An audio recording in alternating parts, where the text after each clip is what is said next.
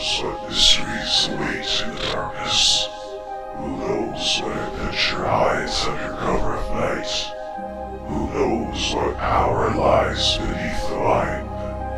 Who knows what terrors prowl in the underworld? Who knows what evil lurks in the hearts of men? The shadow knows.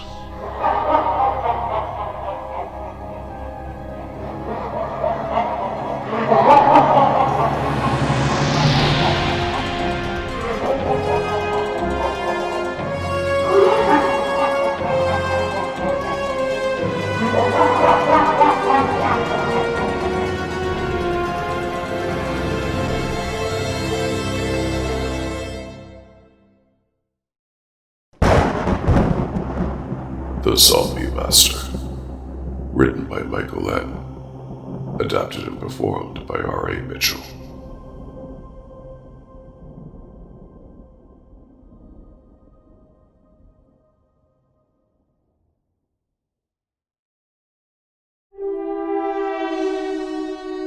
Chapter 1. The Shadow Strikes. New York City, 1939. It was just after evening. A few dark clouds hung in the sky, stars shining brightly in places. The traffic was still heavy downtown, and Times Square was alive with activity as usual. Down near the harbor, a warehouse was the scene of some activity. A truck was backed up to one of the building's 3 loading docks, and 5 men in dark clothes were moving about. 3 of them carried wooden crates from the inside of the building into the truck's trailer, and the other 2 stood watch near the front of the truck, each armed with a shotgun. "Man, these things are heavy," one of the men, Roy, said as he and another carried a box into the trailer. "No kidding," the other, Mitch, replied. They set the crate next to several others and took a moment to catch their breath. "I didn't know there'd be this many," Roy said, running a hand across his forehead, wiping away the sweat from underneath the bill of his cap. "Come on, let's get the rest loaded so we can get out of here." They stepped out of the trailer and walked back through the loading dock. Up at the front of the trailer, brothers Max and Willie Evans kept a sharp watch. Willie pulled his jacket tighter around him. "Is it cold or what?" Max made a dismissive wave. "Now quit your griping. They'll be done soon enough, then we'll get back in front of a nice warm fire." He was cut off mid-sentence by a laugh, a loud laugh, a laugh that bellowed and seemed to echo in the still of the night. The entire gang stopped and looked around in a panic. Mitch said, "What the hell was that?" Roy finished. The third man, Mikey, came running out of the building. "What's going on?" The laugh continued as Max and Willie ran to the back of the truck toward the dock, cocking their shotguns. "Shut up!" Max shouted. "Listen!" The laughing ceased, and a moment of unease fell upon the night before a sinister voice suddenly said, "You didn't think you'd get away with it, did you?" All of them were spinning in circles, looking everywhere. Mitch and Roy drew pistols from inside their coats, while Mikey grabbed his Tommy gun from where he'd set it against the wall. "Who's there?" Max demanded. "Did you think I wouldn't find out about it?" "Show yourself, or we'll pump you full of lead!" Another brief burst of laughter, then the voice returned. "The weed of crime bears bitter fruit. Crime does not pay." Mikey looked terrified. "Who is that?" "I said shut up!" Max snapped. Roy suddenly doubled over, as if punched in the stomach. Everyone gasped as he stumbled back. Then his gun seemed to be wrenched from his fist and thrown away into the darkness. His head snapped back with the sound of an uppercut, and he landed in a pile of garbage bags. "What the hell?" Mitch said. "Who did that?" Mikey looked down at the brothers. "I don't like this." Standing back to back with Mikey, Mitch thought he heard something and started to raise his gun. He never got the chance. Their heads were suddenly slapped together, and they fell to the ground unconscious as the sinister laugh returned. Max and Willie slowly looked at each other, then brought their shotguns up and opened fire. They shot at everything, shattering lampposts and windows, splintering wood crates to shreds. Both men went at it until they were out of ammunition. They stood still, heads tilted slightly, listening for the faintest sound that would tell them if they had hit their unseen target. The cold breeze rustled their hair. The dead silence of the night seemed to close in around them.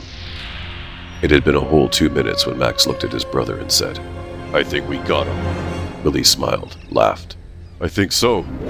A loud crack, and he was flying back through the air, crashing to the ground.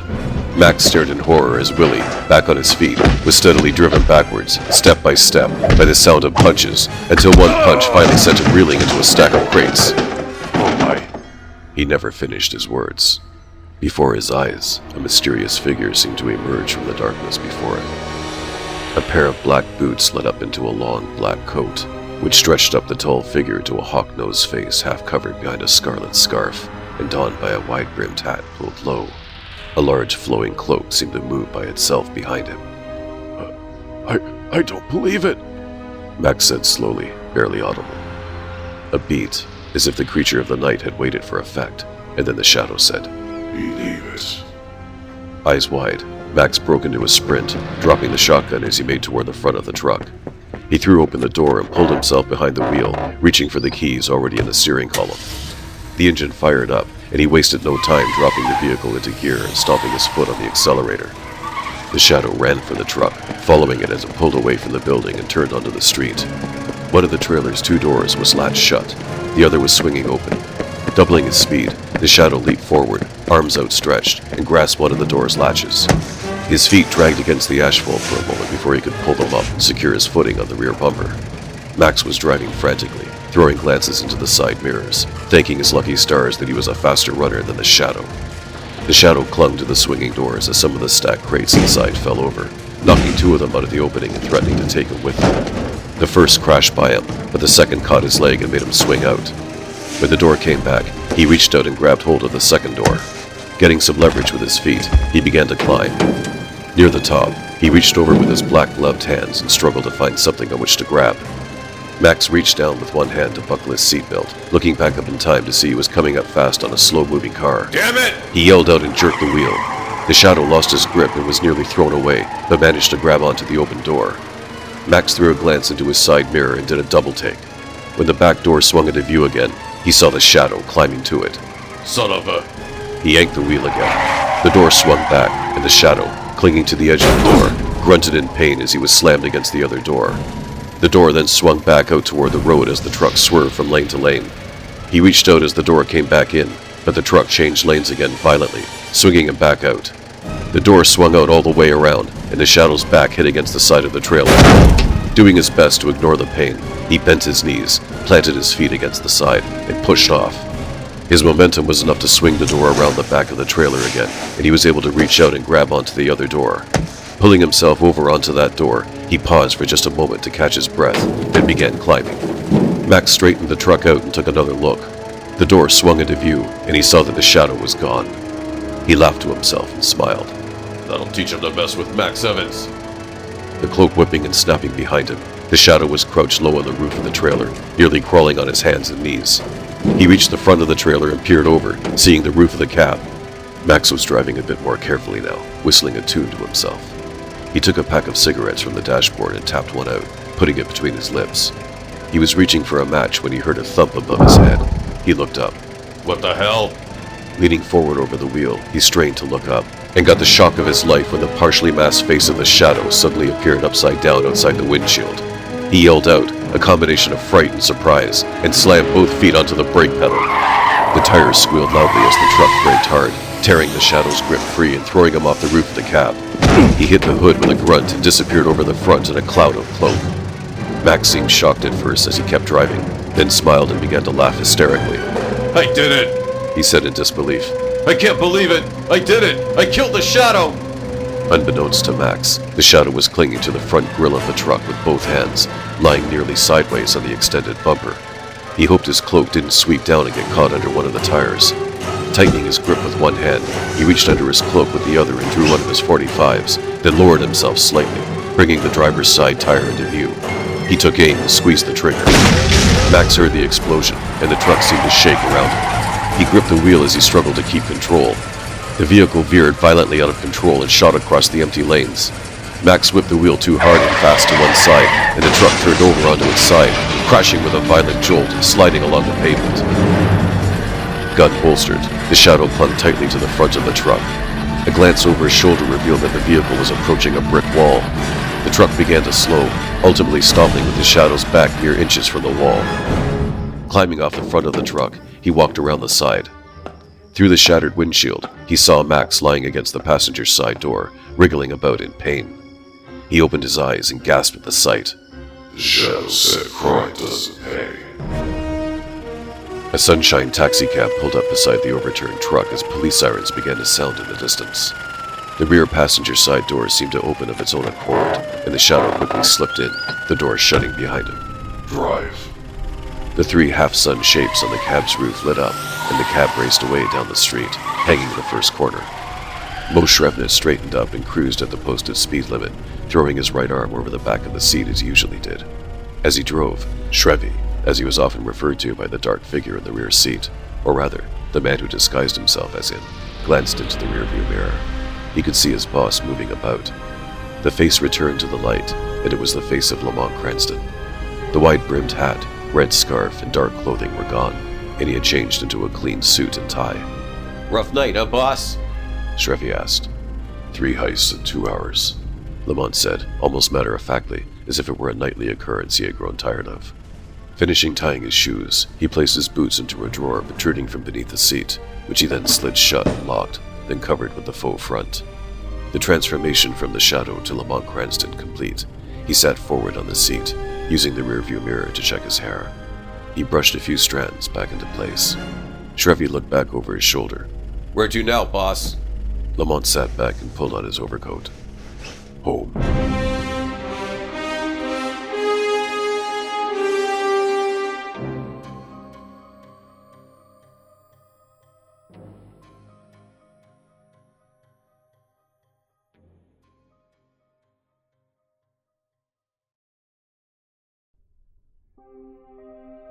Chapter 2. The Robbery. Dozens of expensive cars lined the semicircle driveway of the Cranston estate. The main room was full of laughter, conversations, and music. Servants moved throughout the room, carrying trays with champagne and delicacies. Everyone appeared to be having a good time. Lamont came in through the front door, shaking hands and greeting those closest to him, thanking them for coming. Russell, the head servant, approached him. Good evening, Russell, he said, handing his scarf to him and removing his overcoat. Good evening, sir. The elderly man replied. I trust everything is going well. Excellent, sir. Good. He handed his coat to Russell and walked forward. He mingled with the crowd, smiling and shaking more hands, thanking those he knew and introducing himself to those attending for the first time. He was in the middle of a joke when a hand landed on his shoulder, and he turned to see Wainwright Barth, police commissioner, and his uncle, holding a glass of champagne. Lamont! Uncle Wainwright, he said, and excused himself from the group. Barth kept his hand on his nephew's shoulder as they walked across the room. Let me tell you something, Lamont. It's one thing to be late for a business engagement or something like that. But when you throw an event like this, organize it yourself, and hold it in your own home, and you're the last person to arrive? Lamont smiled and said, I'm sorry, Uncle Wainwright, but my cab got detoured on the way back from the meeting. Not the investment one. Lamont nodded. It was, he said, stopping to pluck a glass of champagne from the tray of a passing servant. Barth shook his head in disappointment. That fly-by-night electronics company, that one? Lamont nodded, sipping his champagne. That's the one. What's it called again? IBC? IBT? IBM. And it's not electronics, it's business machines. Barth looked even more upset. In 3 months that stock will be worthless. I'm telling you, Lamont, the world will never be run by machines. You're throwing away a fortune. Well, I feel otherwise, he said quietly, distracted from the conversation, looking at something over his uncle's shoulder. Excuse me, Uncle, but there's somebody I'd like to see. He handed Barth his half-empty glass and hurried past him. The commissioner turned to see Lamont heading for Margot Lane, wearing an elegant red dress. Not that Lane woman still, he said, then downed the rest of his champagne, and, almost as if an afterthought, finished off his nephew's glass. Margot smiled as she saw Lamont approaching and met him halfway. Good evening, Margot, he said, giving her a quick kiss. You look outstanding. Thank you. You look handsome yourself. He smiled and offered his arm, which she expected, and together they merged back into the crowd.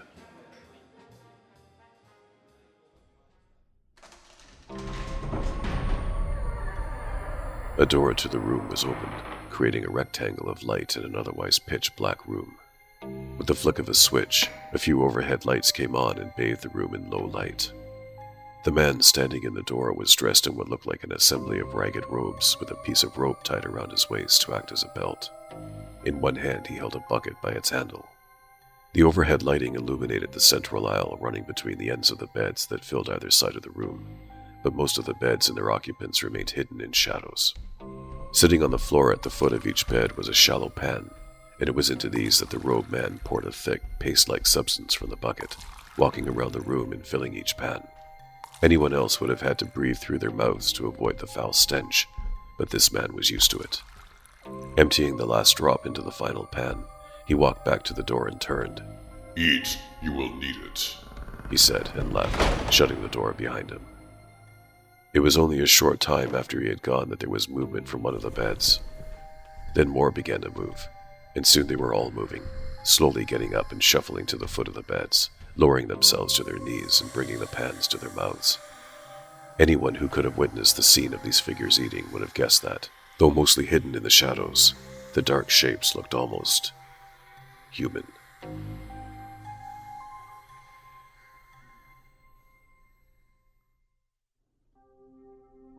It was around midnight when Lamont Cranston saw the final guest leave, waving goodbye as they pulled down the driveway and into the street.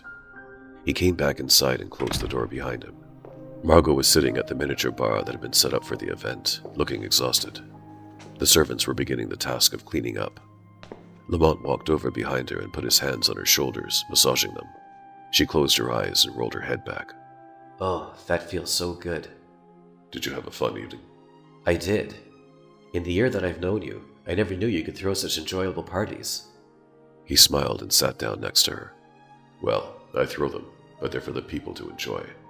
The money we raise is really useful to the hospitals and other places it gets donated to. He took a drink from Margot's glass, expecting alcohol, but smiled to himself when he realized it was just ice water. And how about you? How was your evening? Had some trouble to take care of on my way back from the investment meeting. What kind? Had 3 heists in 2 hours, he said, sounding as if the very idea of thinking about the evening's events exhausted him. He took another drink. All I want to do now is just go upstairs and have a nice, long, uninterrupted sleep. He stood and gave her a kiss on the cheek. I'll see you tomorrow. And with that, he headed toward the stairs. Margot watched him go and smiled to herself as it looked like sleep was finding him more and more with each step he took.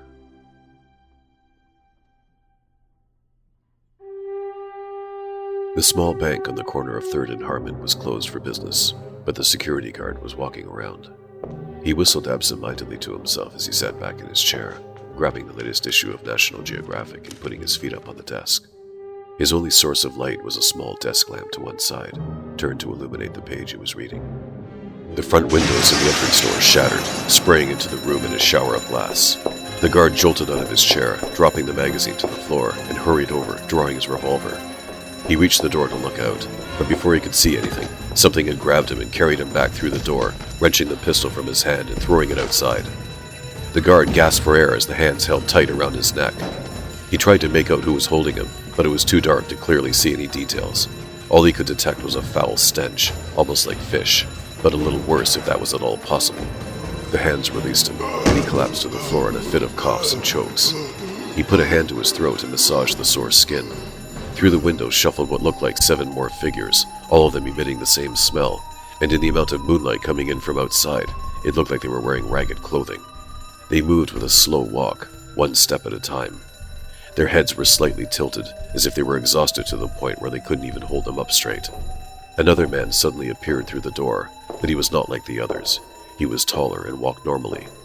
"Get the money," he ordered, and the others began moving toward the back of the bank. The guard remained on the ground, not feeling like doing anything, still recovering from the attack. He had been choked pretty good. The man walked over and towered above him, arms akimbo. "You are a lucky man. If I had not ordered them well, you would have been dead on the floor." And with that, he laughed.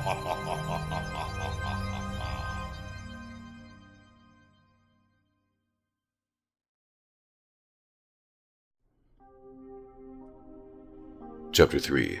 Lamont is puzzled. Lamont Cranston awoke to early morning sunlight streaming in through the bedroom window. He heard the door handle turn and looked over to see Margot Lane coming in with a cup. Good morning. He whipped the sleep from his eyes. "Morning," he said, sitting up. "Did you stay here last night?" She nodded, walking over to the bed. I was too tired and didn't feel like driving home. I took one of the guest rooms downstairs.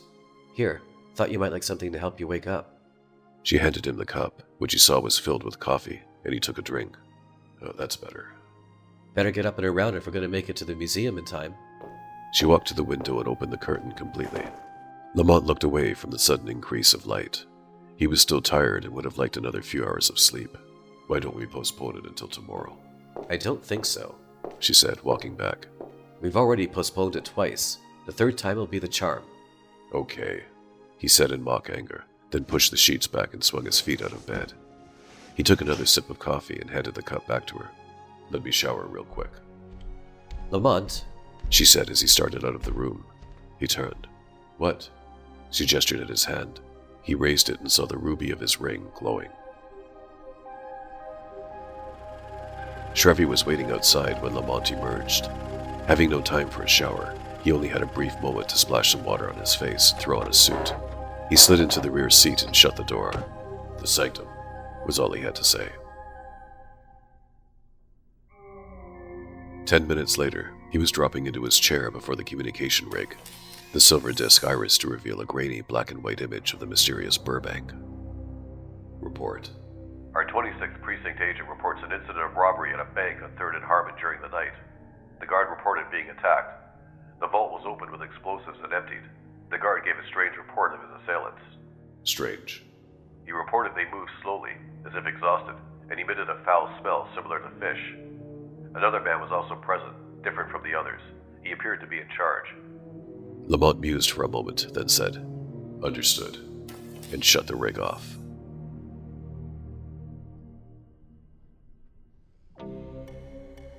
The robed man stood before an array of candles arranged in ceremonial-like patterns atop a table, some on blocks, others in wrought iron holders. Hidden in shadows from the waist up, he lit the final candle and turned, shaking the match out. He crossed the room to a second table, where stacks of neatly arranged money sat. He picked up a stack and thumbed through it, smiling in satisfaction and setting it back down. You have done well. The dark figures were in the room with him, standing together in the darkness. You have done very well. But there are many more jobs to be done, more money to collect. I will require your services again tonight. But for now, you must rest. Return to your room and sleep. Without any sign that they had heard or even understood, they turned and shuffled toward the door slowly.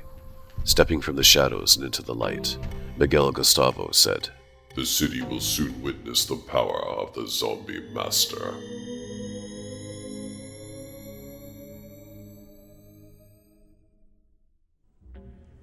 It's beautiful, isn't it? Margot Lane asked. Beside her, Lamont was looking at the painting before them, but he seemed to be staring right through it, his thoughts elsewhere. Lamont? Lamont? She put a hand on his arm, and that seemed to bring him out of his trance.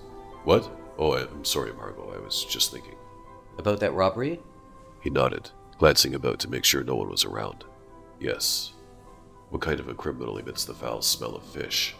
Maybe it was a bunch of fishermen who needed some quick money. He looked at her with a sarcastic grin. Very funny. Yes, it is beautiful, he said in reply to her original question. After leaving the sanctum, he had returned to pick up Margot to go to the museum, a trip they had been planning for well over 3 weeks, but it kept getting postponed thanks to Lamont's hectic life as the Shadow. But now they were finally there, and he couldn't even enjoy the displays because he kept thinking about the report of the robbery. This is one of my favorites, Margot said, pointing at one of the next paintings. I've loved it since I was a little girl. As she stood there admiring the image, Lamont again found his mind wandering back to what he had been told.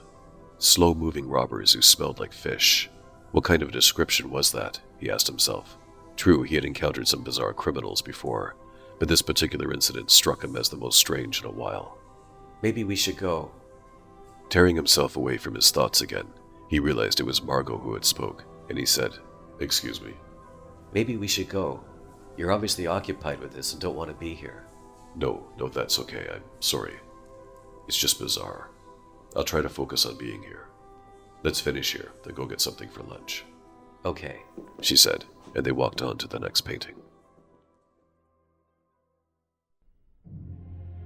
Miguel Gustavo stood in the center of the room, bathed in soft light.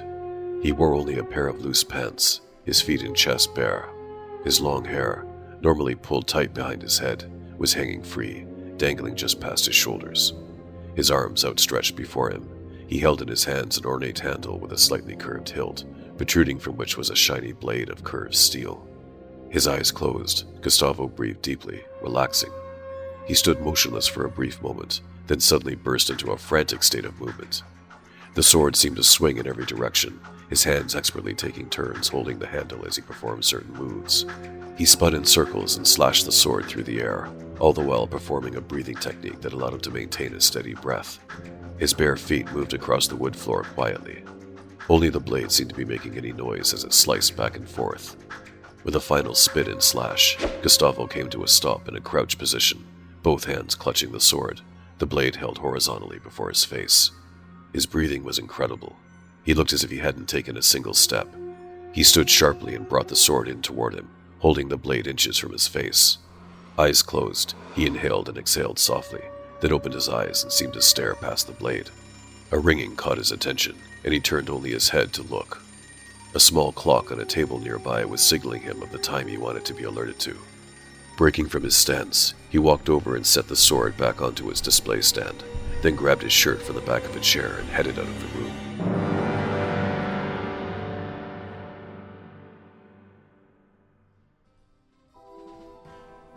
At dinner time, Lamont and Margot were seated at their usual table at the Cobalt Club. The band was playing a quiet instrumental song and a few couples danced. The two of them were looking over their menus, deciding what they wanted. I think I'm finally going to get around to trying the prime rib. Uncle Wainwright's been suggesting it for a while now. What about you? Not sure yet. She said, glancing over the offerings of the menu. Maybe chicken, maybe pasta. The food here's so good I never know what to pick. Deciding he would get the prime rib, Lamont closed his menu and set it down, giving his ring a glance. It was a habit he had taught himself to do, to give it regular glances to see if he was being signaled.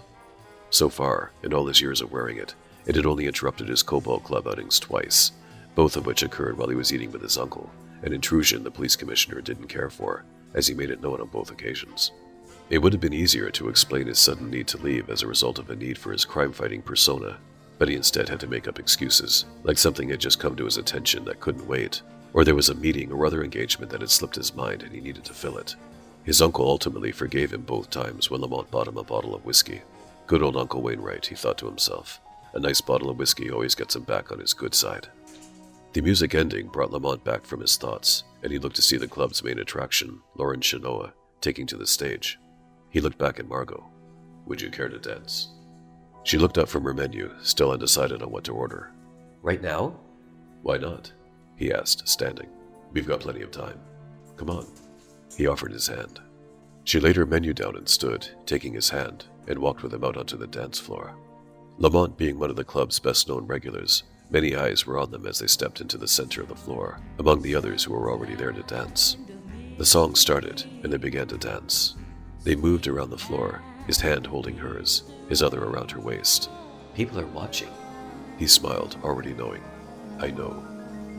When the music ended, they smiled in amusement as the crowd applauded for them. As the next song started and the dancing resumed, they walked back to their table and took their seats. A young waiter came up. Are we ready to order? He asked, producing a pad and pen.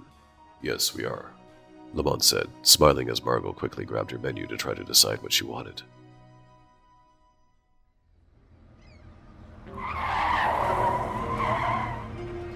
The car braked near a dumpster and turned off, and the driver climbed out. Miguel Gustavo, wearing a buttoned trench coat, tugged down on the brim of his fedora as he walked forward toward the nearest warehouse. The large roll-up door began to open, stopping just enough to allow entrance. A short Chinese man came out from inside, wearing a coat and a sports cap pulled low, smoking a cigarette. He took a final puff as Gustavo approached, then dropped it to the ground and smashed it under his heel. Cold night, huh? He asked, attempting to make conversation. Gustavo wasn't interested in small talk. You have the shipment? Realizing the man's urge to get straight to business, he nodded and said, Right here. He stepped back inside to where a small car was parked. He quickly retrieved the keys from his pocket and opened the trunk, removing a dark blanket to reveal 3 large boxes. Gustavo smiled. Excellent. Help me bring them to my car. With that, he turned and headed back outside, leaving him to do all the work. I knew he was going to do that. He commented to himself, lifting the first box.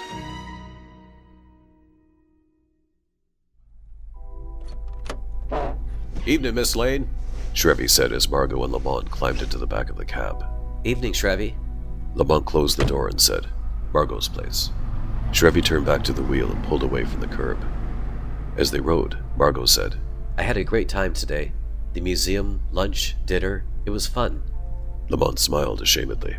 I wish my thoughts hadn't preoccupied the day as much as they did. Oh, that's okay. Believe me, I can understand you wanting to find out exactly what it was. It is bizarre. I was thinking maybe tomorrow night we go see something on Broadway. Margot's eyes lit up, clearly excited. Like what? Lamont shrugged. I'll call you in the morning and see what's playing. 10 minutes later, Lamont climbed back into the cab after walking Margot to her place and kissing her goodnight. So where to now, boss? Shrevey asked as he pulled back into the street. Lamont didn't answer right away. He seemed to be thinking. Do you have today's paper with you? Yeah, right here. Shrevey picked up the folded paper from the passenger seat and handed it over the back of the seat to him.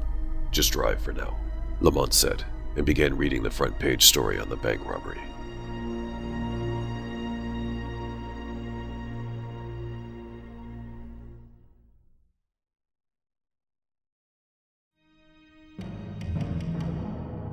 Chapter 4. A Shock at the Morgue. Steam rose from the pot sitting atop the stove. Miguel Gustavo stirred a wooden spoon through the pot's contents, then laid it down, removing the pot and carrying it by its handles to another table, where a bucket sat. Holding the pot tight, he tilted it and slowly drained the thick contents into the bucket. It was a yellow paste-like substance. Finished, he set the pot on the table and picked up the bucket, then moved for the door. Feeding time. Shrevey glanced up into the rearview mirror as he drove. Hey, boss, you're pretty quiet tonight. We've been driving around for about 30 minutes. Lamont, the paper folded in the seat beside him, had his elbow on the windowsill, resting his chin on his fist, staring out the window at the passing buildings, lost in thought. Boss? He looked forward. Yeah. They said you've been pretty quiet tonight. Oh, sorry. My thoughts have been occupied with that robbery last night. But there's nothing for even the shadow to go on. The police don't know anything yet. We've been driving for nearly half an hour. You want me to take you home now? Lamont seemed to think for a moment, then gave a nod. 10 minutes later, he was pushing his bedroom door shut and removing his jacket as he moved across the room, draping it over the back of an armchair. He loosened his tie and undid the top buttons of his shirt as he stepped into the bathroom. He splashed some water on his face. Within moments, he had changed into his pajama bottoms and a sleeveless sleeve shirt and was climbing into bed. Making himself comfortable beneath the sheets, he stared up at the ceiling, again lost in thought. He had soon come to realize that it wasn't just the robbery witness's description of the assailants that had been on top of his mind. It was something else, something he couldn't quite identify. Somewhere in the back of his mind, there was a sense of unease, as if he subconsciously was aware of some form of danger, but didn't know what. He laid there for a long moment, trying to figure out just what it was, to no avail. As he closed his eyes and quickly drifted off, the last thought he had was that something definitely didn't feel right.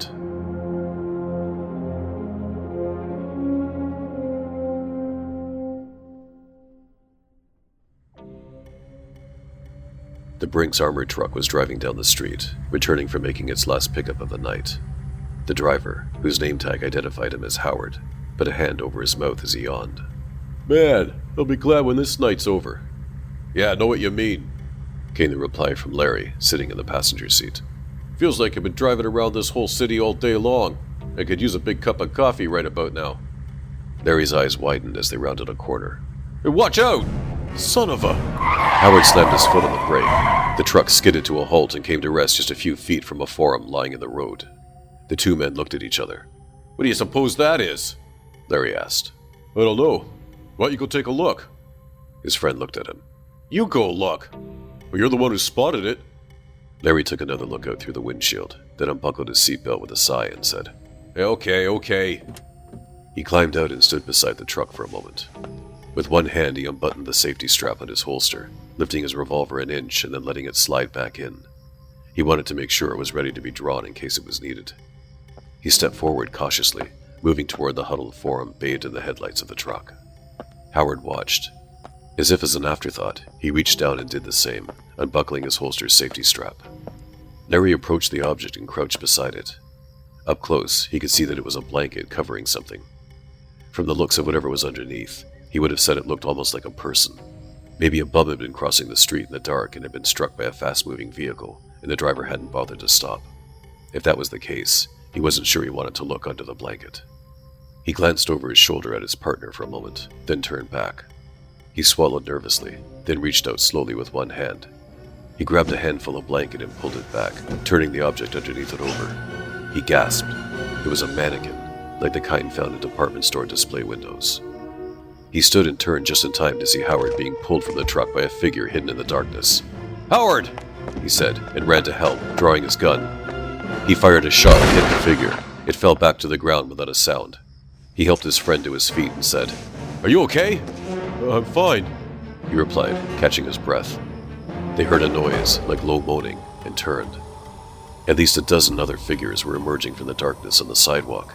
They looked almost like zombies. The two guards stood with eyes wide, staring in horror. What the hell? They both said. Another sudden noise, closer, and they turned to see that more of them had snuck up behind them. Before either of them could get off a shot, the zombies were attacking, wrenching the weapons from them and throwing them away. Despite their appearance, the zombies were strong, and they wrestled the two men to the ground as they screamed and tried their best to fight back.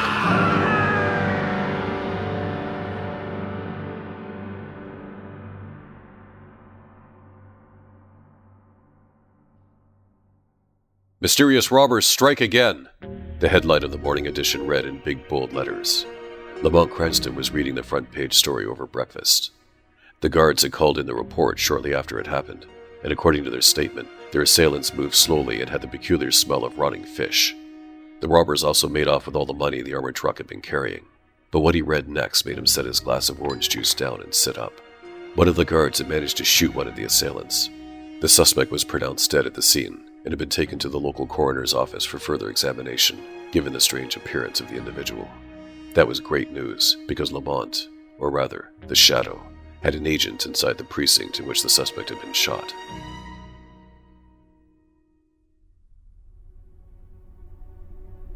Dr. Sam Moorcroft had been having a busy day. He had already examined 3 bodies, and it wasn't even noon yet. At the moment, he was preparing his instruments for the 4th examination, that of one of the robbery suspects he had read about in the paper from the day before. Wearing slacks and a shirt and tie, he pulled his lab coat tighter around him. The examining room, always kept a bit on the chilly side for obvious reasons, was empty. The other doctors and the assistants out for lunch. As he often did, he had already taken his lunch an hour earlier. That way he could work through the normal lunch hour alone while the others were out. The large room was square, with several windows set into the front wall that looked out into the hallway. Beneath the windows were a line of exam tables. Currently, there were no other bodies lying on them, but there had been times when the room was packed with corpses awaiting examination. It was very quiet, save for the near inaudible buzz of the overhead lights and the low hum of the refrigeration unit. He pulled the tray of surgical instruments over and put on his gloves, then swung the shotgun light over the table and clicked it on. That's when the phone began to ring. He sighed, obviously annoyed, stripping his gloves off and tucking them into his coat pocket as he crossed to the phone mounted on the wall. Dr. Moorcroft. Now occupied with the person on the phone, he stepped over to a file cabinet to pull open the top drawer and began searching through the files. Behind him, something went unnoticed. There was a slight movement from underneath the sheet covering the body, a small movement, as if an arm resting on the torso had slipped off. Yes. Yes? Moorcroft was saying, looking through a file while cradling the phone between his ear and shoulder. Yes, that's correct. Okay, you're welcome. Goodbye. He hung up and returned the file to its appropriate place, slid the drawer shut, and turned. That's when he screamed. The body was sitting up on the exam table, staring at him. The sheet was a puddle on the floor. Moorcroft backed up against the wall as it slid off the table and seemed to have a bit of trouble maintaining its balance. It just stood there, 20 feet away. It stared at him for a moment longer, then turned and shuffled out of the room. 30 minutes later, Inspector Joe Cardona asked in disbelief, What happened again? He sounded as if he had just heard the most outrageous thing in his life. Moorcroft was at his desk. I was on the phone with another doctor, and when I hung up and turned around, he was just sitting there, on the table. Just sitting there looking at me. Did he say anything? No, he just stared, then got off the table. He looked like he was having trouble keeping his balance, but then he stood straight up and looked at me again for a moment, then turned and left. It was like a zombie in one of those B movies or something. You didn't try to stop him? I was too in shock to do much of anything. It's not every day that a body I'm about to examine gets up and walks out of the room. Cardona glanced around the room. Well, there has to be an explanation to all this. I'll keep you informed. He gave Moorcroft a nod of thanks, then flipped his notebook shut as he walked away. So what's going on here? Commissioner Barth was entering the room. He had never liked visiting the coroner's office, but the details of this incident that he had been informed of were so strange he decided he had to see for himself. Cardona, He said as the inspector approached him. what's going on? I heard something about a body was taken from here. Cardona returned the pad and pencil to his shirt pocket. Yeah, not quite, Commissioner. He said and quickly explained the situation. How the hell does a body just get up and walk out of the room? Came the reply Cardona was expecting. That's what I intend to find out, sir. Barth made a gesture at the room around them. Spending too much time under all these lights and around the chemicals they use in here. Somebody probably started seeing things when the body was taken out on a gurney. Cardona didn't bother trying to go any further with the conversation, and he just said, I'll keep you informed, Commissioner. and he left. Yeah, you do that. Barth said, and gave the room another glance over. Understood, Lamont Cranston said, and shut off the communication rig, closing the iris viewer on a fading black and white image of Burbank. A report had come from Agent Joe Cardona, just as he had expected. He was already on his way to the sanctum when his ring had begun to glow, and within moments he was receiving word from Burbank of Joe Cardona's report. He sat back in the chair, rubbing a finger across his bottom lip, lost in thought. First, the report of the foul smell of fish had been hovering over him, a peculiar description for a robbery suspect indeed. But now came Joe Cardona's report that Dr. Sam Moorcroft had said the body, and the way it moved, reminded him of a zombie. Just a few years ago, Lamont would have been the first to laugh off such an accusation. But after the things he had encountered in the past, he was willing to accept anything.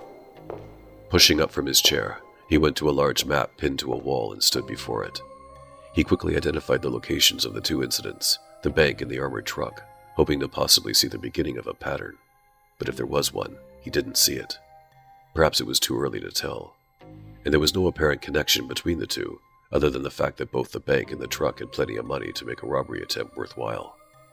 As if suddenly thinking of something, Lamont crossed the room to the sanctum's floor-to-ceiling bookcases and began running a finger over the spines of the books. Moorcroft's entire description of the events, as given to Agent Cardona, certainly had all the makings of a zombie movie. Scanning the sides of dozens of books devoted to criminology, the exact sciences, cryptography, the occult, law, anagrams, and stage magic, he finally located the one he was looking for and pulled it from the shelf. He took it into the sanctum's secondary room and sat in the armchair beside the dark fireplace, placing his feet on the footrest. He began flipping through the pages of the thick book, scanning pages and pages of text with fast-moving eyes and a constantly moving index figure underlined specific lines. A few more pages, and he found what he was looking for. A story he had once read years ago, and had all but forgotten since, lost in the vast knowledge his mind held. The article, by anthropologist Professor Raymond Vicente, told about a little-known report of zombies. According to the article, a man in 1920s Haiti walked into a village one day, approached a woman, and identified himself as her brother. He used a childhood nickname and facts that only their family would know, proving he was who he said he was. 18 years earlier, the man was believed to have died. Upon his return, he recalled that the night he was buried, he was raised from his grave by a voodoo priest and carried off to a sugar plantation, where he was forced into slave labor with several other zombies, also people who had risen from their graves. Only after the slave master died were they able to escape and return to their homes. After he was pronounced dead in a hospital 18 years before, he remembered hearing the doctor pronounce him dead, while the sister cried at his bedside. He also claimed that the scar on the left side of his cheek was made from a nail that was driven into the coffin lid. The article continued for another page or two, documenting other zombie sightings, but that was the story Lamont had been looking for. He closed the book and set it on his lap, resting his elbows on the armrests, touching his fingertips together, thinking. The way he saw it, things were definitely becoming similar to that article.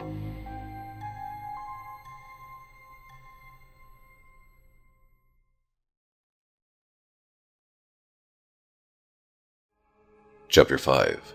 Steak Knives and Zombies. The slumped figure turned into the hallway. He walked for what seemed like a mile, but was only 15 feet. He walked right into the door, which was ajar, and opened it with his body as he entered the room. He stood in the doorway, head leaning slightly to one side, breathing deeply. Miguel Gustavo turned from the arrangement of candles, looking as if a time of meditation had been interrupted. The dimming light from outside, coming in through the blinds on the window, cast a pattern of alternating light and black bars across his chest. He lowered his hands, which had been pressed together, and smiled. I'm glad you made it back safely. Rest. We will go out again tonight.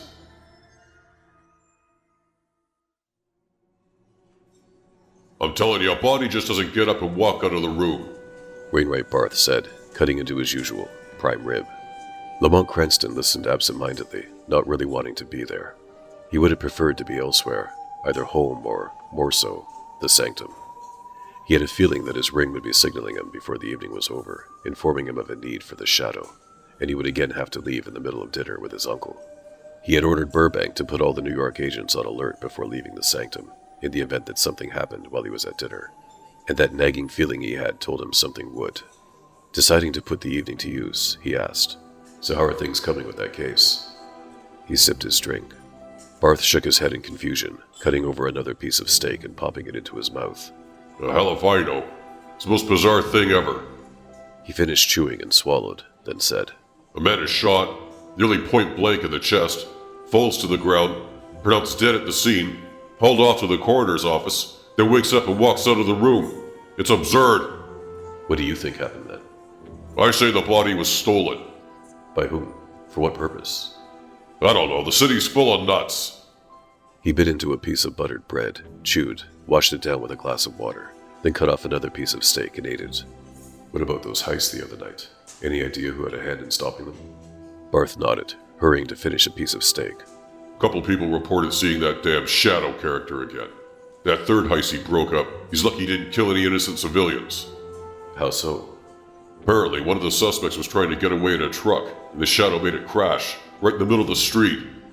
Lamont nodded. "Well, at least he got the job done."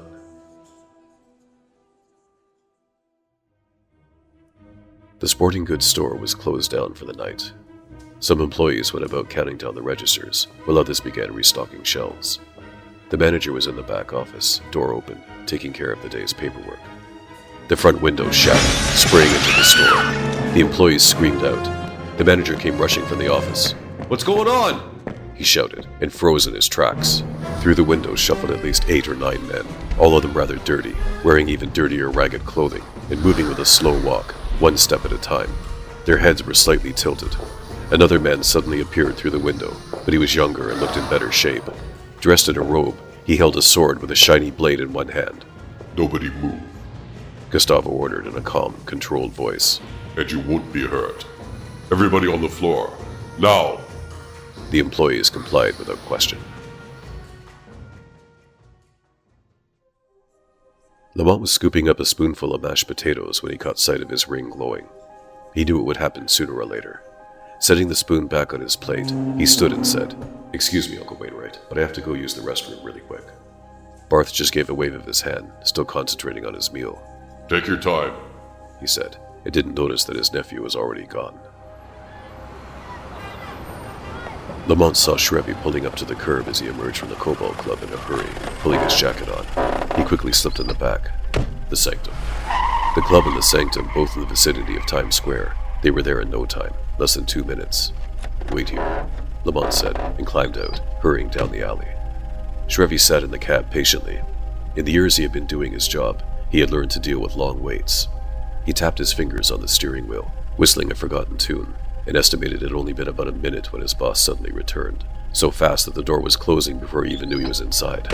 Gibson's Sporting Goods. Shrevey nodded that he knew where it was and stepped on the gas. He glanced into the rearview mirror moments later, and the reflection of Lamont Cranston had been replaced with that of the Shadow.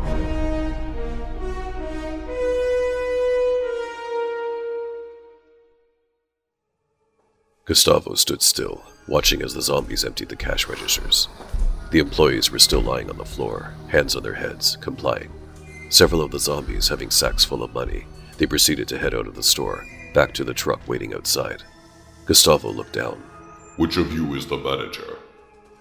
None of them answered. He raised the sword and asked again. Which of you is the manager? I am. The man said, holding one hand up. Gustavo lowered the sword and stepped over to him. Stand up. The manager, Ted, did so quickly. Well, what can I do for you? You have a safe. Yes? Open it. He nodded. Okay, it's this way. Gustavo followed him to the office door and stood in the opening to keep watch on the other employees. The manager crouched beside his desk and began turning the dial of the safe, then swung the door open. Gustavo tossed him a sack. Fill it. The manager grabbed the bag from the floor and began quickly putting stacks of bills inside. The rest of the zombies headed outside to wait in the truck. The employees were trading looks, as if some were hinting at an attempt to escape. One girl shook her head, no.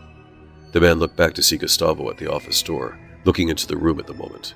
He quickly got to his feet and started for the door. Stop! A voice shouted, and the man with the sword was upon him before he knew it. The employee yelled as Gustavo grabbed him by the arm and spun him around, raising the sword into the air. The other employees screamed as the sword started to come down, but it was all interrupted by something sudden. Laughter. They looked around in confusion. Who would be laughing at a situation like this, they thought. The laughter was constant, almost hysterical sounding. Gustavo released his grip on the employee, and he quickly moved out of the way to be with the other employees, who had gotten up on their knees. Who is there? Gustavo demanded, clutching the sword in both hands. I ask you, who is there?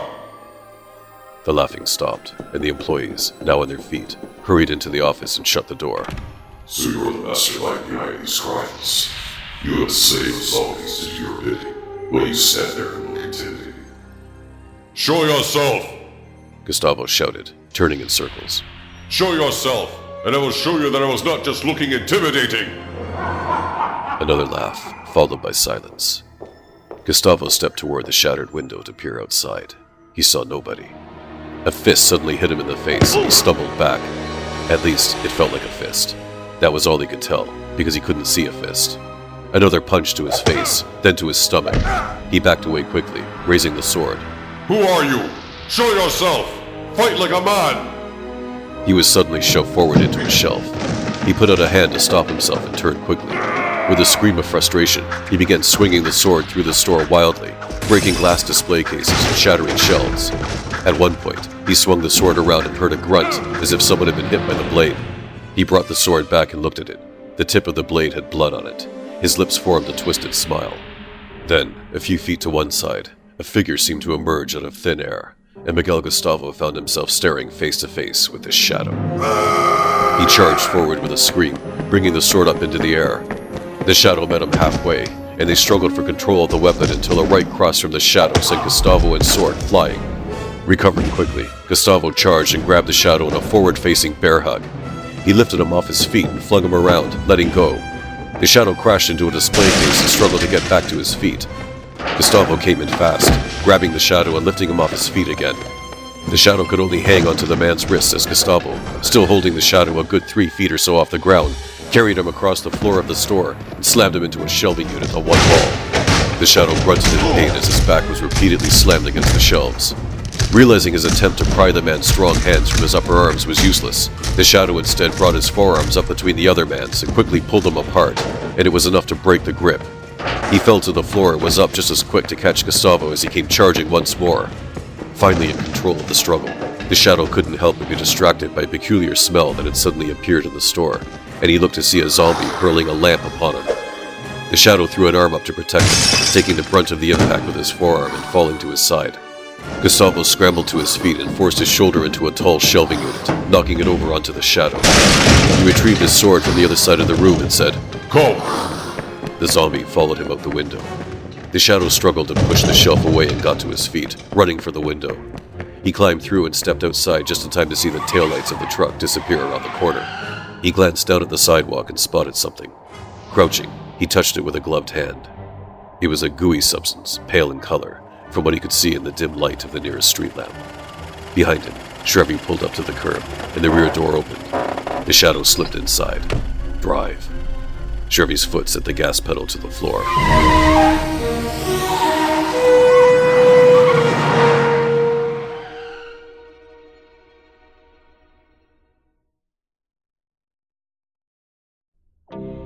Chapter 6.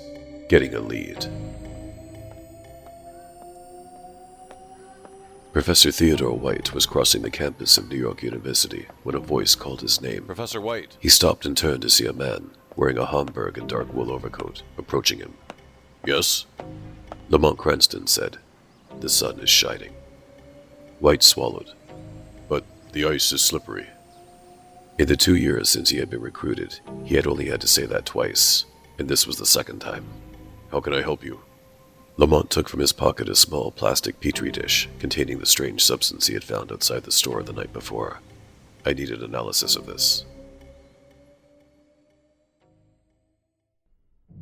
2 minutes later, they were in White's laboratory. White recalled that this was the same agent who had asked for his assistance once before, over a year ago, and just like that time, he found the man to be rather quiet until he was putting his skills to use. He had already run a series of tests on the substance and consulted several books, and was now jotting down notes on a pad of yellow-lined paper and making calculations in his head. He pushed his glasses back up on his nose as he continued, scratching at the back of his head. "What have you found?" Lamont asked, stepping up beside him. White stood and gestured at the petri dish. Have you ever heard of tetrodotoxin? Lamont shook his head. No.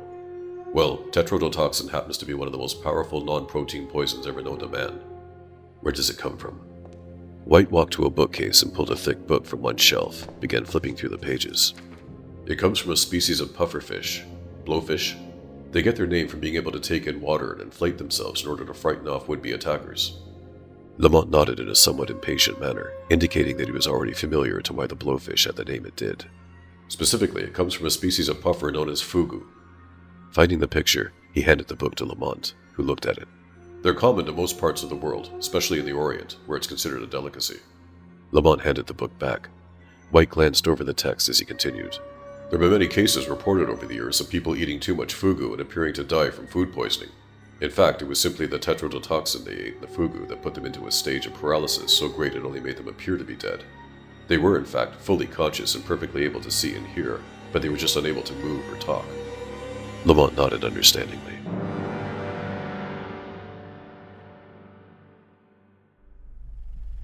Okay, now it's starting to sound like a bad horror movie, Margot Lane said. She was in the back of the taxi with Lamont, who had been picked up from the university and had just told her what he had learned from his talk with Professor White. So whoever these zombies are, they were poisoned with this tetrodotoxin. That appears to be the case. After a while, the poison begins to wear off. In this case, it started wearing off while the one was at the coroner's office. From the front seat, Shrevey looked at them in the rearview mirror and said, Boss, you said more of these zombie-like guys were spotted. You think maybe someone might be using this tetro-whatsits to create an army of slaves to do crimes? Lamont nodded. If that's the case, whoever's responsible may be planning to create more. So what do we do? See if this fugu fish is sold anywhere in the city. It's popular in the Orient, so see if any of the restaurants over in Chinatown serve it.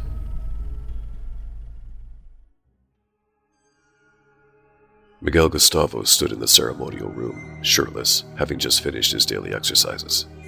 In his hands, he held the morning edition of the New York Times, looking at the front page headline in big letters. Shadow interrupts third robbery.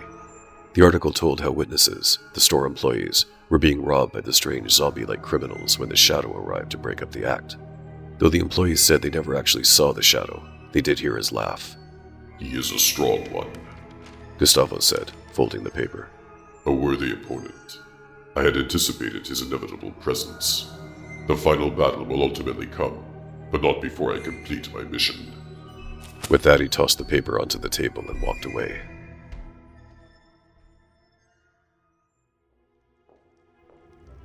It was evening when Margot Lane entered the mansion's main living room, where Lamont had just finished lighting a fire. The past couple of days had begun to grow colder, and forecasters were now predicting rain within 24 hours. Lamont stood. Did you find anything? Fugu fish is extremely rare here in New York, even in Chinatown. The restaurants over there stopped serving it a couple of years ago after there was a reported outbreak of deadly fugu. But I did manage to track down a place in Chinatown that's been known to sell fugu from time to time, shipped in fresh right from the Orient. What's the place? woos. They don't have any right now, but they get their orders from a guy named David Hong, and they're expecting another shipment later tonight. Lamont looked up from the paper. Where's this David Hong?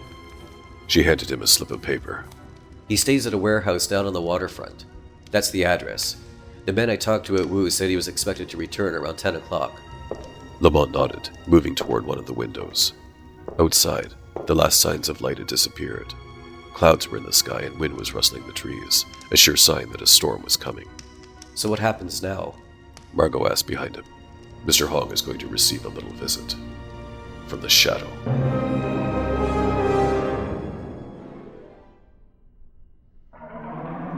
David Hong went about loading boxes into the trunk of his car, humming to himself a song his mother used to sing him to sleep with when he was little. The warehouse was cold, impossible to completely heat, and the portable heater was over by the desk, a few yards away. He was putting the third box into the trunk when he suddenly heard laughter. He nearly dropped the box, struggling to hold on to it as he looked around. Who's there? Who is that? David Hong. A peculiar voice said from the darkness. Frightened at the mention of his name by a stranger he couldn't even see, Hong seemed to stand upright, letting go of the box and dropping it to the ground. How do you know my name? He asked, turning in circles, looking everywhere. I know everything. I've come to pay you a little visit. What do you want? Answers. Who are you supplying the food to? Fugu? I know you acquire it for woos in Chinatown, but someone else is getting it from you, aren't they? Someone who's using the poison for his dirty deeds. Who is it? I don't know his name. Don't lie to me, David Hong. I'm not lying. I swear. I don't know his name. Tell me what you know. He comes by about every 3 or 4 days. Picks up some of the fugu. When will he be back from war? Hong, his body full of fright, tried to think. Tonight, around 11. He always shows up late at night. Do you know you're aiding a criminal, David? I don't know what he's doing, honestly. He just takes it and pays me and that's it. I don't know his name. I don't know where he lives, what he's doing. I don't know anything. Please don't hurt me, please! Another moment of laughter. Then, I'm not going to hurt you, David Hong. You're going to leave, right now. You'll walk out of this warehouse, keep walking, and never ever come back. This is your only chance. Hong swallowed hard, still wondering who the unseen man was, but grateful that letting him go was the man's idea. Hong grabbed his pack of cigarettes from atop one of the boxes and hightailed it toward the door, throwing it open and disappearing into the night as the laughter trailed behind him.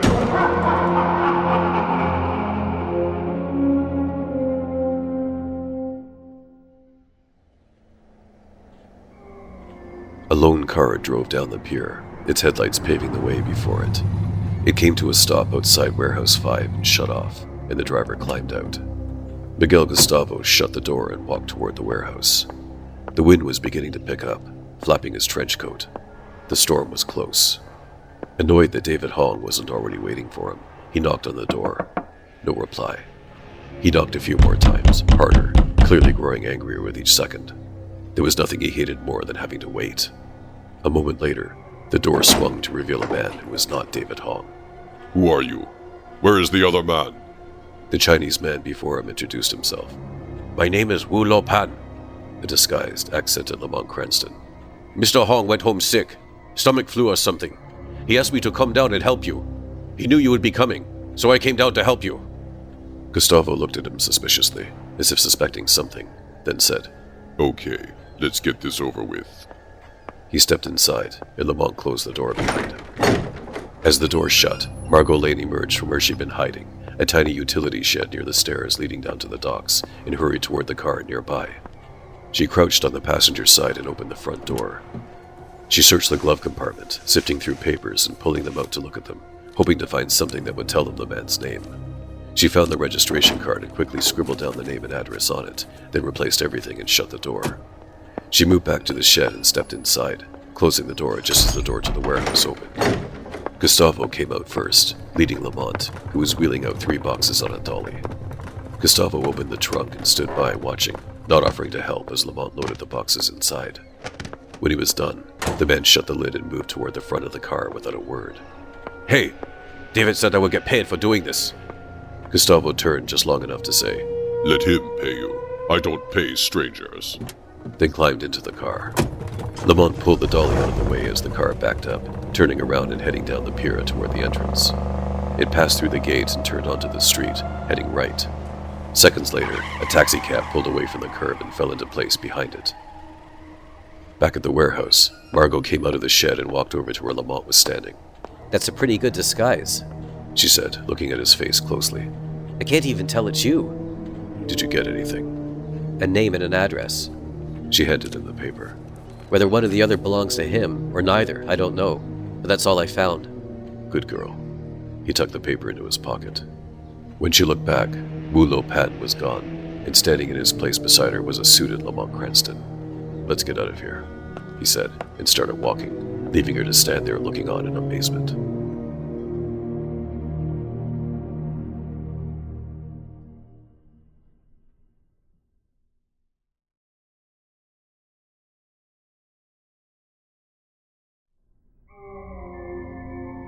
Chapter 7. The Warehouse District.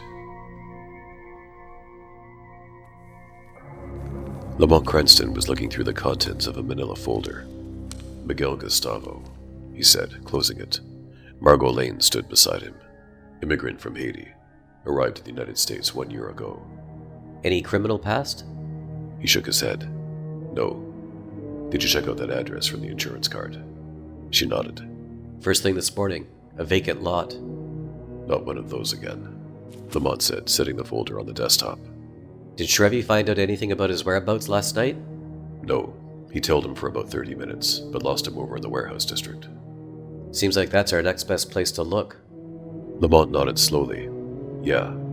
I think it's time for another appearance by Matches Malone. The warehouse district had been abandoned some 6 or 7 years ago, left to overgrowth, the homeless, and the occasional criminal act. Just a few months earlier, the Shadow had busted up the attempted murder of a man and woman on the roof of one of the buildings, and they had in turn become his agents, 2 more on a list that seemed to never end. Lamont Cranston often enjoyed taking on another persona. It allowed him a chance to further distance himself from the man he had used to be. Right now he was making his way down one of the sidewalks, moving among other homeless people. He was dressed in a ratty old trench coat with a couple missing buttons, fingertipless gloves, and a hat pulled low over his face to protect against the cold breeze. A single match dangled between his lips. The sky overhead was dark, despite being in the afternoon. The storm would surely be there by nightfall. He spotted a group of men gathered around a barrel with a fire in front of one of the buildings and headed over toward them. They nodded to him as he approached, making a gesture toward the barrel as if to ask if he could help himself. Go right ahead, one of them said. Lamont held his palms out to the fire, nodding his thanks to them. You fellas don't mind. May I ask you a question? Of course. I'm looking for someone. Was told he hung out in this area. Yeah, what's his name? Miguel. They all seemed to be thinking, then shook their heads. I don't recognize the name. Sorry, but most of us here haven't been in this area for very long. Might want to ask someone else who knows the people better. And who would that be? Lamont asked, rubbing his hands together. Charlie. Old Charlie usually hangs out about 2 blocks down, front of the place with a big red star on the front. If he's not there, check the alleys on either side. Chances are you'll find him at one of those places. Lamont nodded with a smile. Thanks, he said, and moved off. 2 blocks down, he found the building with the red star on the front. The paint, which at some point most likely been very bright and vibrant, was now well faded and barely visible in the darkening light. He stood looking up at the building. Like most of the others in the area, it was all brick structure, with countless shattered windows. 2 men were sitting on the steps of the building, playing a game of cards. Excuse me. They looked down at him. Is one of you Charlie? They both shook their heads. Check the alley, one of them said, and they returned to their game. Lamont moved down the left alley first. The tall buildings on either side made it darker. Cardboard boxes and wooden crates lined both sides of the alley, fashioned into makeshift homes. Several people were in the alley. Excuse me, Lamont said, loud enough for all to hear. I'm looking for a fella by the name of Charlie. Anybody here know where I can find him? I'm Charlie, a voice said behind him. He turned to see an older man getting to his feet. You're Charlie? That's what I said, ain't it? He wiped his hand on his pants and stuck it out. Charlie Malone. Lamont smiled. Matches Malone. We must be related somehow. Charlie smiled. Well, I hope the rest of the family's better off than we are. What can I do for you? I'm looking for a guy that might live in the area. Name him Miguel. Charlie looked up, thinking, repeating the name quietly to himself. Yeah, sorry, mister, but I don't know nobody in the area by that name. And I know everybody. Maybe he goes by a different name. He may have come into the area anywhere from a couple of months to a year ago. Charlie went back to thinking. Sorry, but... Oh, wait a minute. I think I know who you might be looking for. Really? Yeah, color guy. Pretty tall, long hair. Cranston nodded. That sounds like him. Yeah, I know where he is. Don't know him by his name, but then again, I never even met the guy. None of us have. But I think I can show you where he's at. They walked for about 15 minutes, clear across to the opposite side of the area, until they were standing on a corner across the street from a 5-story brick building with shattered windows, boarded up front doors, cracking concrete steps, and an awning hanging down onto the sidewalk. I've seen him come and go from there on occasion, Charlie explained. Has a car, too. Mostly see him in the evenings and such. Some of the other folks claim they heard some weird things coming from there at night, so we all just pretty much stay away. You sure that's the guy you're looking for? Lamont looked at the building. I'm sure, he said, then added more to himself. That's where he is.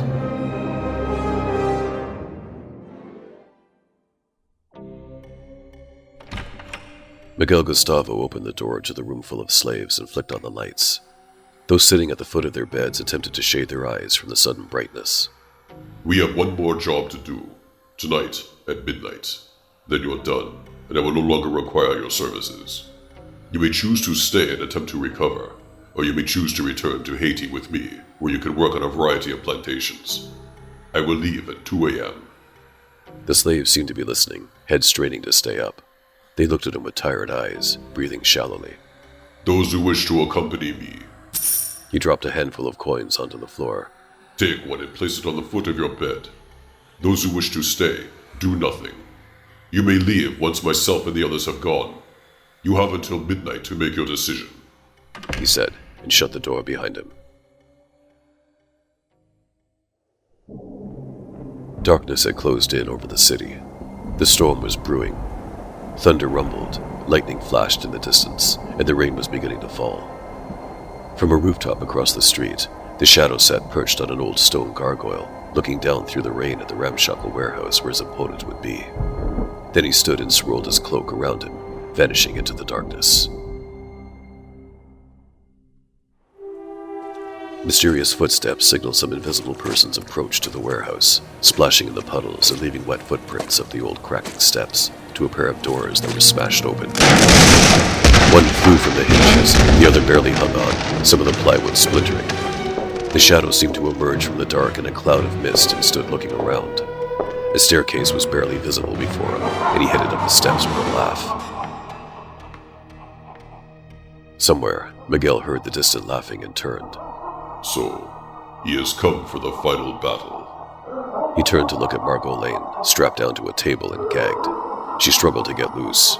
Let him come.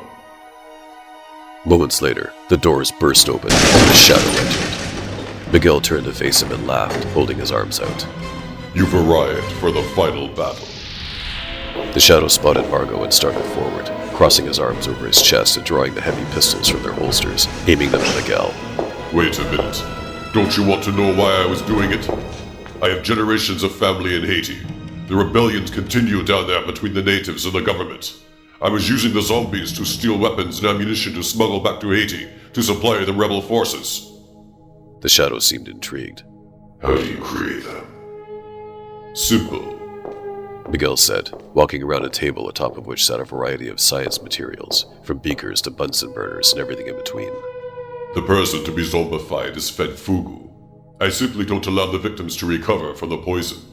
The psychological trauma of zombification is augmented by feeding them additional fugu in the form of a paste-like substance. It accentuates their disorientation. In turn, they remain weak and unable to talk, but they can hear, and since they are not able to defend themselves, they have no choice but to follow my orders. And of course, enough talking. You're finished. The shadow realigned his pistols to fire. Miguel spouted something in Haitian, and the Shadow suddenly heard a noise. He glanced around. In the darkness that lined the sides of the room, something was moving. And then, into the light shuffled the zombies. There were at least a dozen of them, and they quickly formed a circle around the center of the room, encircling the Shadow, Margot, and Miguel. The Shadow turned around in place, as if surveying the situation, then spun back to aim the guns at Miguel. Kill me if you want, Shadow, but you will not make it out alive. They do my bidding, and will not rest until I have been avenged. The Shadow seemed to be torn between what to do. He knew he couldn't start killing the zombies, because there were still people underneath. But, people or not, they would kill him, and possibly Margot, the first chance they got. Call them off. Miguel just laughed, again throwing his arms out. I cannot do that. I told them not to take another order after the one I gave to kill you and the girl. Call them off. Miguel stepped back. Sorry, Shadow, but I have a plane to catch. The Shadow's fingers were inching on the trigger, preparing to open fire on Miguel, when he noticed something.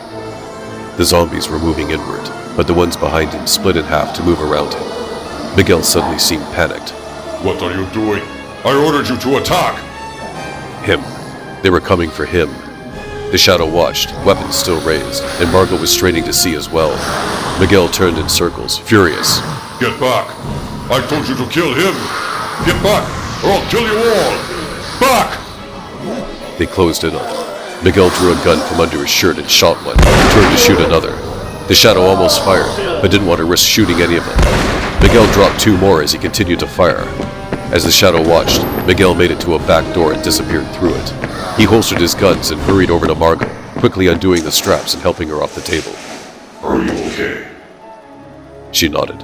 I'm fine. Contact Agent Goldsmith and tell him to get here immediately this to look after these poor victims. I'm going after him. He drew his guns and disappeared through the same door. The roof access door burst open, and the Shadow emerged into thick, drenching rain. As he stood looking, he saw the brief flash of light not far away, and barely got out of the way before a hailstorm of bullets sprayed the door he had just been standing by. The sound of the Tommy gun ripped through the night, barely able to overcome the sound of the storm.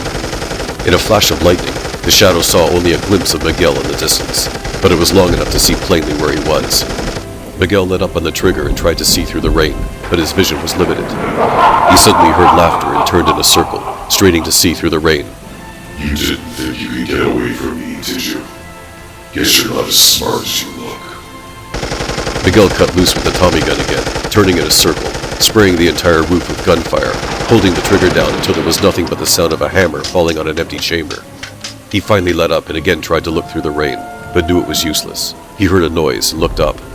The Shadow was dropping down from atop a smokestack, crashing into Miguel and sending him down to the roof. The Tommy gun slid across the gravel roof. He scrambled to his feet as the Shadow towered like the Grim Reaper in the night rain. Miguel screamed and came charging with a fist swinging. The Shadow caught it almost effortlessly in one hand and sent a right hook into Miguel's jaw, spinning him away. He charged yet again and tried another swing. The Shadow simply stepped aside as Miguel followed through with a punch. The slippery roof and the change of momentum caused him to tumble forward, and he found himself in a moment of weightlessness as he plummeted over the edge of the roof. His arms and legs flailed in the air as his scream trailed down behind him, ending with a loud crash. The Shadow approached the edge and saw that he had landed in an old dumpster, barely even full of trash. He looked on for a moment longer, then the cloak swirled as he turned away from the edge.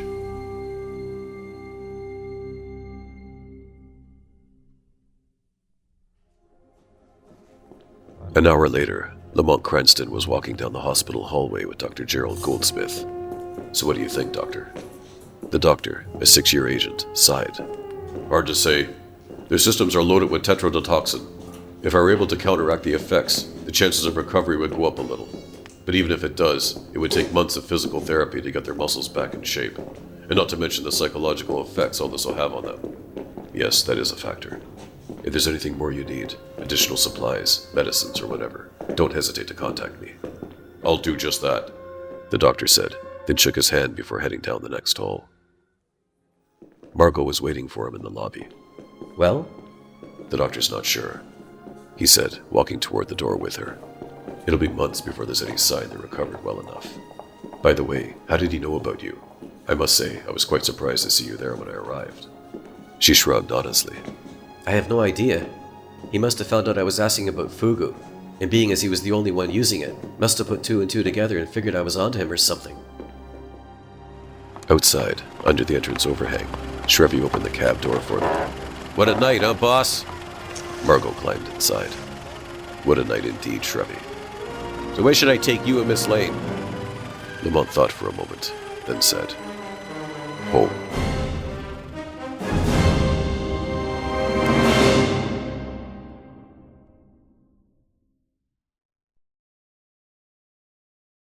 The Shadow, the Zombie Master. Written by Michael M. Adapted and performed by R.A. Mitchell. The Shadow, the Zombie Master audiobook is a not-for-profit fan-made production. No rights given or implied. The weed of crime bears bitter fruit. Crime does not pay. The Shadow knows.